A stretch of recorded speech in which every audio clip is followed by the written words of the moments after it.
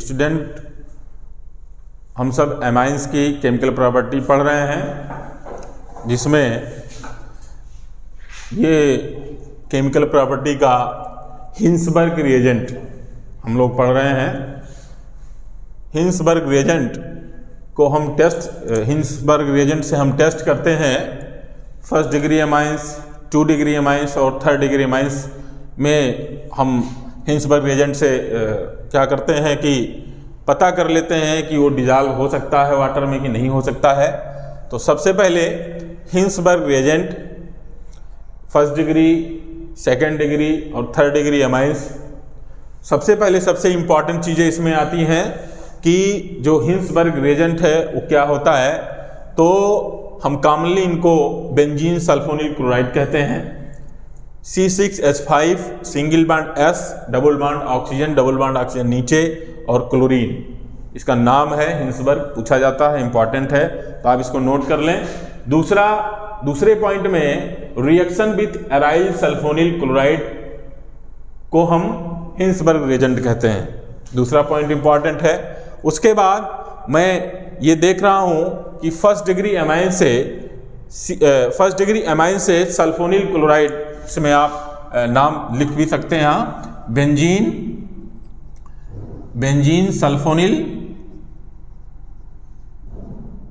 Sulphonyl chloride का reaction जब हम फर्स्ट डिग्री एमाइन से कराते हैं तो फर्स्ट डिग्री एमाइंस का जो नाइट्रोजन पे लोन पेयर है वो सल्फोनिल क्लोराइड के सल्फर से जुड़ जाता है। क्यों जुड़ता है? क्योंकि सल्फर पे पॉजिटिव चार्ज है, और पॉजिटिव चार्ज आपको पता है कि इलेक्ट्रोफाइल होते हैं, इलेक्ट्रॉन डेंसिटी कम होता है, इससे ये जुड़ता है।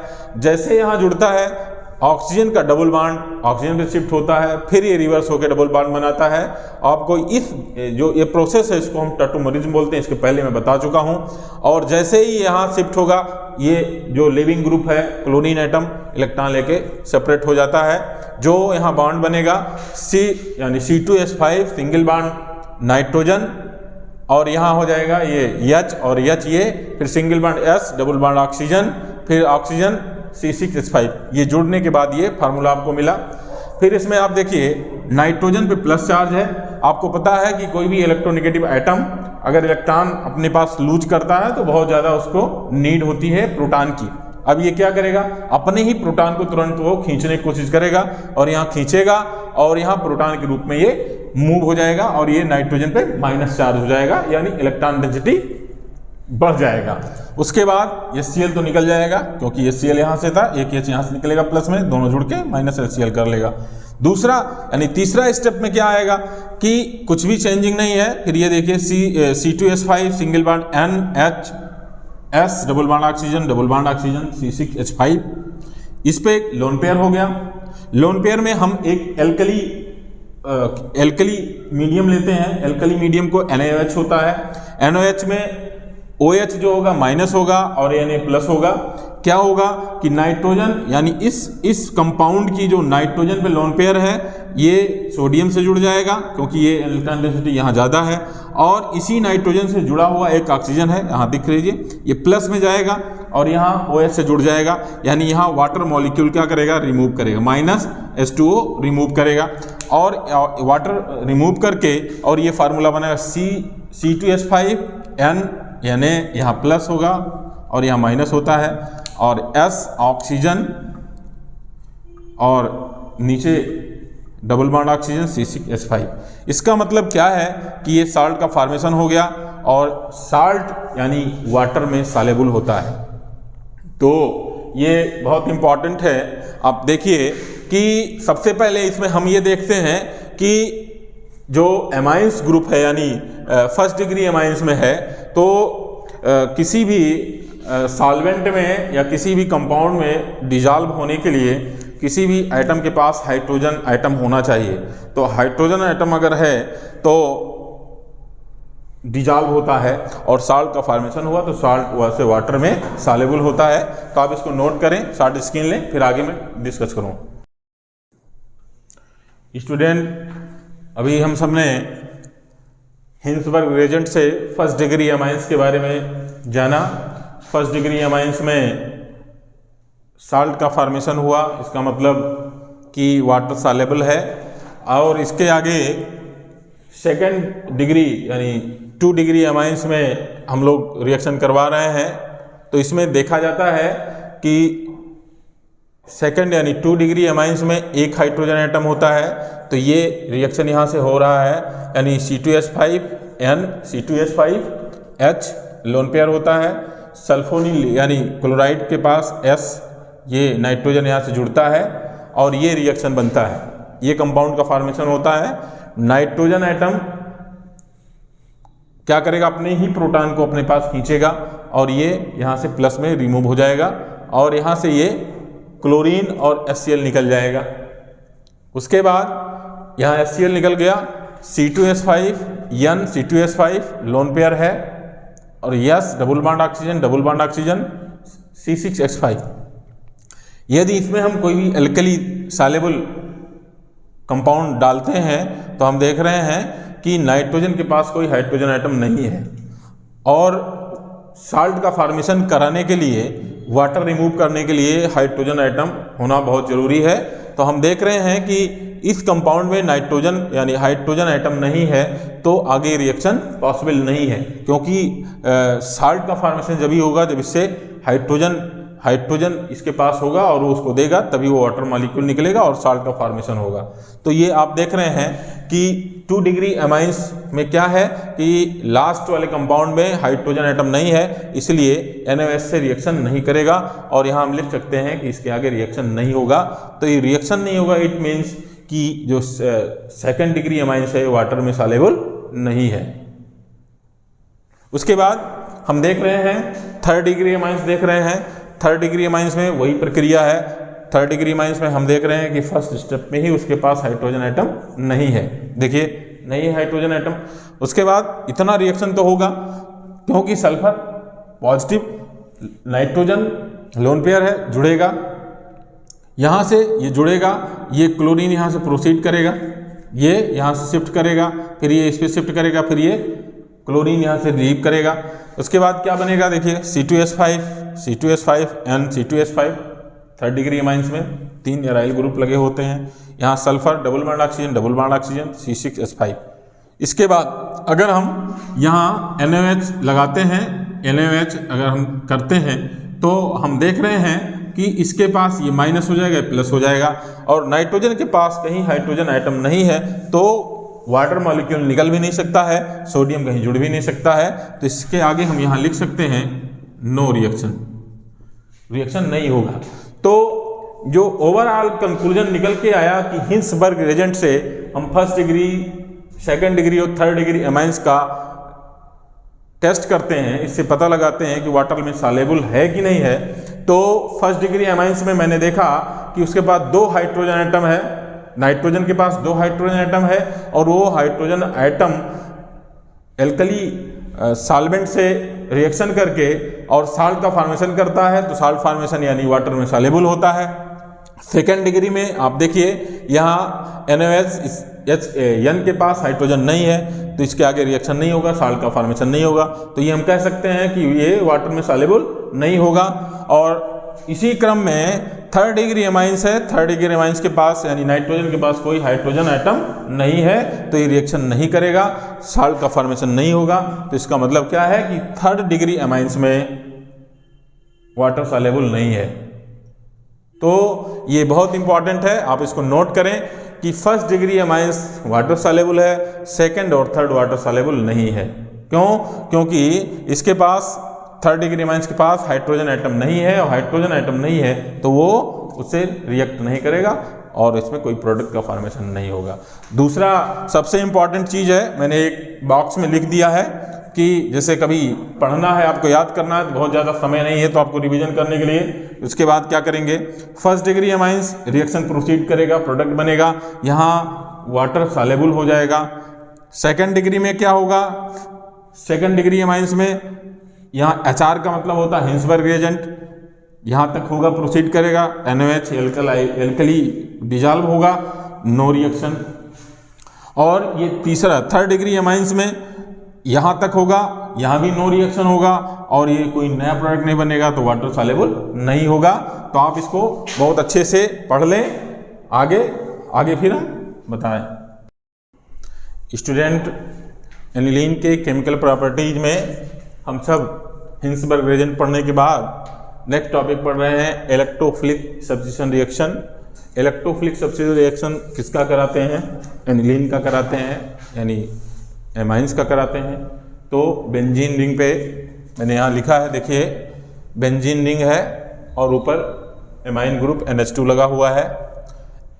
इसमें बेंजीन रिंग होता है, जस्ट फंक्शनल ग्रुप के जस्ट वाले कार्बन को आर्थो बोलते हैं, उसके बगल वाले को मेटा पोजीशन बोलते हैं और उसके बगल वाले को पैरा पोजीशन बोलते हैं और इसको एनिलीन कहा जाता है। इसमें अगर कोई इलेक्ट्रोफाइल या कोई भी इलेक्ट्रोफाइल इससे जुड़ने की कोशिश करेगा तो इलेक्ट्रोफाइल जो होता है वो ऐसी जगह जुड़ता है या अटैक करता है या अटैच होता है जहां इलेक्ट्रॉन डेंसिटी अधिक होती है। तो यहां आप देखिए नाइट्रोजन के पास लोन पेयर है, नाइट्रोजन लोन पेयर यहां शिफ्ट होगा, जैसे यहां शिफ्ट होगा ये बॉन्ड यहां इस आर्थो पोजीशन पे शिफ्ट होगा। तो यानी हम यह कह सकते हैं कि आर्थो पोजीशन पे इलेक्ट्रॉन डेंसिटी अधिक होगा। तो हम सीधी रेखा में सीधी बात ये कहते हैं कि ब्रैकेट में मैंने लिख दिया है, यहाँ देखिए आर्थो, O फॉर आर्थो और P for para directive compound बनने के चांसेस ज़्यादा होते हैं। आर्थो और पैरा डायरेक्टिव कंपाउंड बनने के चांसेस ज़्यादा होते हैं। तो इसमें मैंने सबसे पहले ब्रोमिनेशन कराया है एनिलीन में। एनिलीन है ये, एनिलीन में ब्रोमिनेशन होगा। ब्रोमिनेशन का मतलब क्या होता है कि बेंजीन रिंग में ब्रोमीन एटम का जुड़ना, मैंने पहले बता दिया है, आर्थो और पैरा डायरेक्टिव कंपाउंड बनने के चांसेस ज़्यादा होते हैं। क्यों बनते हैं? जहां इलेक्ट्रॉन डेंसिटी अधिक होती है, क्योंकि यहाँ नाइट्रोजन आइटम पे लोन पेयर है। तो लोन पेयर की वजह से हम क्या करते हैं कि जब ये लोन पेयर यहाँ शिफ्ट होगा, यहाँ देखिए लोन पेयर यहाँ शिफ्ट होगा तो ये बेंजीन रिंग का जो बॉन्ड है ये इस पे इस कार्बन में शिफ्ट होगा, तो आर्थो पोजीशन पे इलेक्ट्रॉन डेंसिटी अधिक होगा और जो इलेक्ट्रोफाइल होता है वो इलेक्ट्रोफाइल यानी इलेक्ट्रॉन डिफिशिएंट होता है तो ऐसे जगह जुड़ेगा जहाँ इलेक्ट्रॉन डेंसिटी अधिक होगा। तो आर्थो पोजीशन पे अधिक होगा, उसके बाद पैरा पोजीशन पे होगा आर्थो, दोनों आर्थो बनेगा और ये बनेगा। तो सीधा आपने यहाँ Br2 लिया और वाटर लिया, इसके बाद ये बन गया आपका, यानी आर्थो पोजीशन पे Br लगा, फिर यहाँ पैरा पोजीशन पे लगा और यहाँ HBr निकलेगा। तो इसका नाम क्या होगा?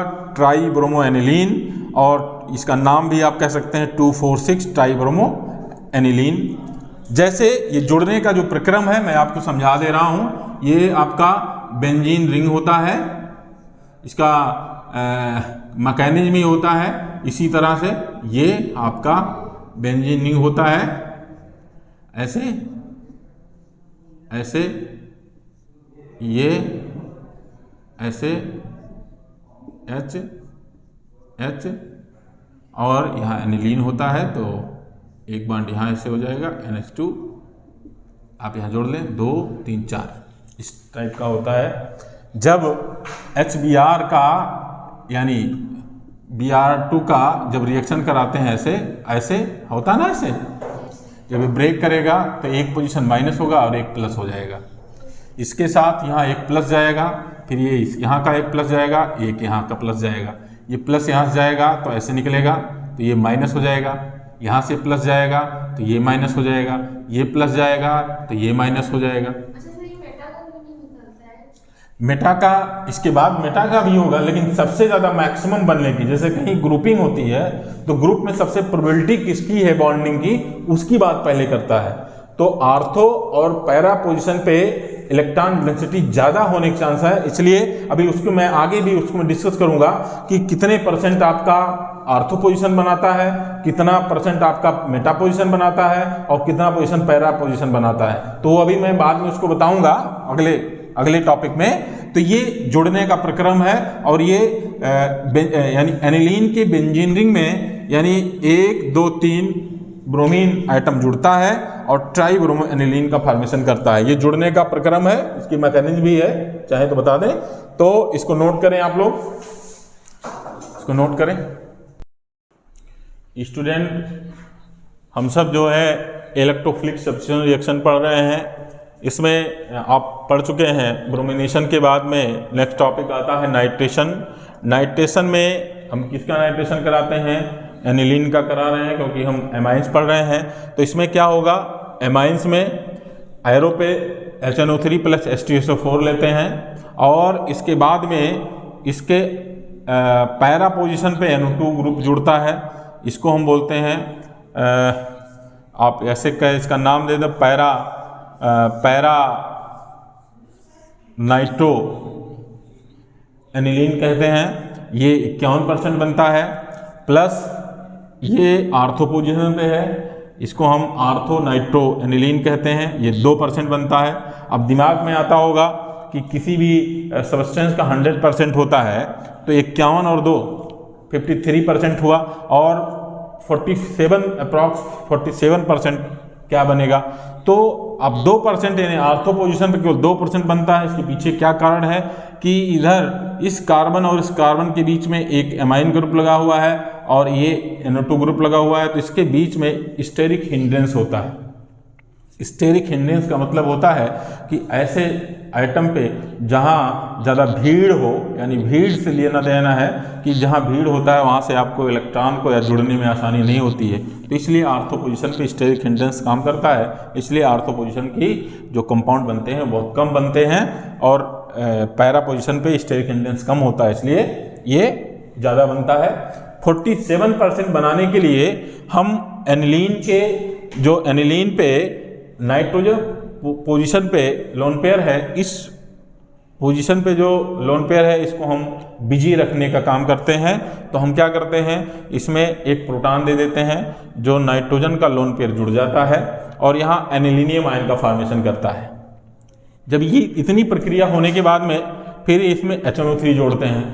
एक HNO3 यानी OH यहाँ से निकल के और इसका एक H निकल के यहाँ वाटर मॉलिक्यूल निकालता है और यहाँ आपका मेटा पोजीशन पे NO2 ग्रुप जुड़ता है। ये 47% होता है। इसको करने के लिए हम एक मेथड होता है जो हम इस ग्रुप को क्या करते हैं, जो लोन पेयर इलेक्ट्रॉन है नाइट्रोजन को, इसको प्रोटेस्ट करते हैं। ऐसा प्रोटेस्ट का मतलब क्या होता है कि जो एनिलीन का लोन पेयर है ऐसा कुछ करे कि जिससे ये लोन पेयर रिंग के अंदर ना आके ये बाहर चला जाए, उसको हम बोलते हैं एसिटाइलेशन। क्या बोलते हैं? एसिटाइलेशन। तो उसमें आप देखिए एसिटाइलेशन में ये एनिलीन ले लेते हैं।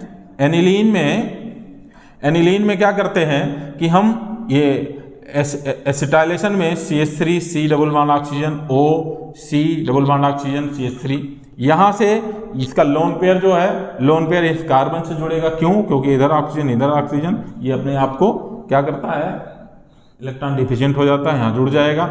और यहाँ आप देखिए ये प्रोडक्ट का फॉर्मेशन हो जाएगा, यानी बेंजीन रिंग है NH C double bond CH3 और जो इसके बाद जो बनेगा CH3 डबल बॉन्ड OH, ये बन जाएगा। इस प्रक्रिया को हम एसिटाइलेशन बोलते हैं। एसिटाइलेशन मेथड से ये जो बेंजीन रिंग पे जो एमाइन ग्रुप लगा हुआ है इसका नाइट्रोजन आइटम को हम प्रोटेस्ट करते हैं, बिजी रखते हैं, जिससे बेंजीन रिंग में इस पे नहीं आएगा और इस पे मेटा पोजीशन पे इसका प्रोडक्ट 47% बनता है। ये आप ब्रोमिनेशन में भी इसी तरह करते हैं, नाइट्रेशन में भी करते हैं, सल्फोनेशन में भी करते हैं। क्यों? क्योंकि बेंजीन रिंग में अगर ये लोन पेयर आता है तो रिजोनेंस काम करता है, स्टेरिक हिंड्रेंस काम करता है।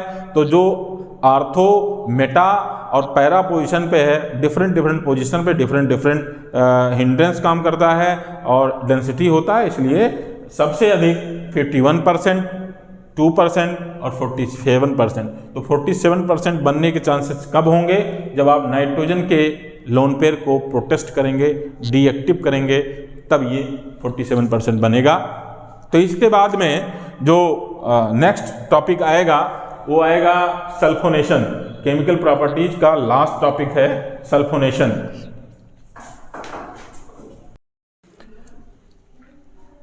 स्टूडेंट, हम पढ़ रहे हैं केमिकल प्रॉपर्टी के लास्ट टॉपिक में पढ़ रहे हैं सल्फोनेशन। अभी आपने पढ़ा ब्रोमिनेशन, नाइट्रेशन, फिर उसके बाद हम पढ़ रहे हैं सल्फोनेशन। सल्फोनेशन में क्या होता है? ये एनिलीन है। एनिलीन में कंसंट्रेटेड H2SO4 मिलाते हैं तो ये टूटने का ब्रेक होने का क्या तरीका इसमें है, H प्लस और HSO4 माइनस, ये जुड़ता है, ये ब्रेक करता है H2SO4। ये जब ये बनेगा यहाँ तो ये जो H है इससे जुड़ जाएगा, ठीक है, ये H है नाइट्रोजन एटम पे जुड़ जाएगा, और इसका जो नेगेटिव वाला पार्ट है इस साल्ट का फॉर्मेशन करता है, तो प्लस और माइनस जुड़ जाएगा, इसको बोलते हैं एनिलीनियम आयन बोलते हैं। इस एनिलीनियम आयन को 453 से 473 केल्विन पे हीट करते हैं। अब यहाँ से क्या निकलेगा, यानी एक वाटर मॉलिक्यूल निकलेगा, और ये बन जाएगा, एक H यहाँ से निकल जाएगा और बाकी ऑक्सीजन यहाँ से निकल जाएगा। यहाँ से फिर ये यानी इसको पैरा पोजीशन पे SO3H जुड़ेगा, इसको सल्फोनेलिक एसिड बोलते हैं या para amino benzene sulphonic acid बोलते हैं। ये रिवर्स होता है, जो SO3H का एक प्रोटॉन क्या करेगा, यहाँ अमोनिया से जुड़ जाएगा, नाइट्रोजन के जुड़ेगा, और उसके बाद ये यहाँ NH3+ हो जाएगा और ये SO3 यहाँ से जुड़ जाएगा। इस प्रोडक्ट को हम ज्यूटर आयन बोलते हैं, इसी को बोलते हैं सल्फोनेशन। स्टूडेंट, हमारे यहाँ ऑफलाइन और ऑनलाइन दोनों सुविधाएं हैं। आप लोग हमारे चैनल को सब्सक्राइब कर लें, ज़्यादा से ज़्यादा शेयर करें और अच्छे से पढ़िए।